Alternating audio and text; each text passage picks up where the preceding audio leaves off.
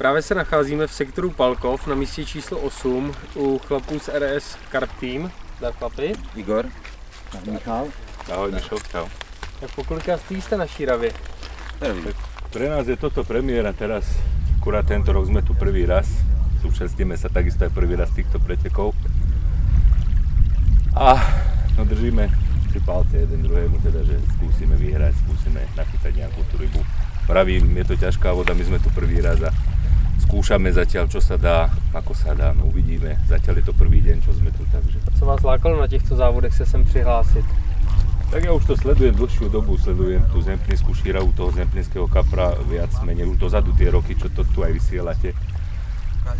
No chceli sme si dokázať, že teda vieme chytať ryby aj na veľkej vode, tak viac menej sme sem preto aj prišli a prihlásili sa. Nakoľko my sme boli ako náhradníci, podarilo sa nám sem predsa dopracovať, keďže jednoducho vypadlo, takže sme tu a ideme na to. Jakou taktikou jste přijeli? Keďže sme bez sponzora, nemáme ani sponzora, nemáme nikoho, väčšinou si to všetko platíme, hradíme sami. Tak máme kukuricu, máme tie bojlísy, sadili sme veľa na ten bioskrid a na tieto veci, čo máme dosť tak napozerané, nasledované. Takže viac menej toto, no. Čo sa týka, nemáme nejaké špecifické nejaké ciele. Skúšame tie diaľky, skúšame blízko, skúšame ďalej, no čo sa dá, takže. S jakou kapacitou vlastně jste přijeli? Někdo vozí přes 2 cívky? Nie, vy máte no, kapacitu? No my máme šňúry, máme na 1000 metrov. Navijáky máme tiež okolo 700-800 metrov. No ale tu nám to netreba, keďže sme vyžrebovali tento sektor Palkov, čo nám aj bolo povedané, no aj sme to tu prešli. Tak sme na nejakých 500 metroch teraz, no ráno sa nám podarila jedna ryba, no nebolo to bodované. Vytiahli sme ju cirka, neviem, 150 metrov od brehu.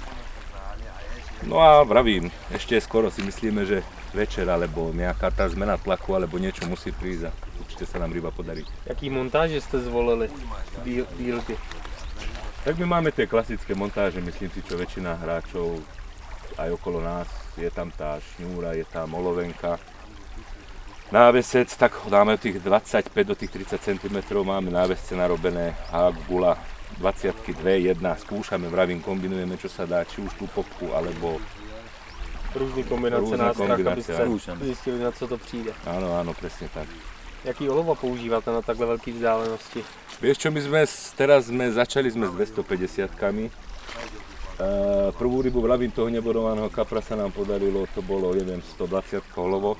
Ale na tú vzdialenosť na 500 metrov už máme teraz 300 gramové olova. Takže to si myslíme, že je také, no zatiaľ, kým do tých 500 metrov by to mohlo byť a na tú šňúru si myslím, že to vyhovuje, takže.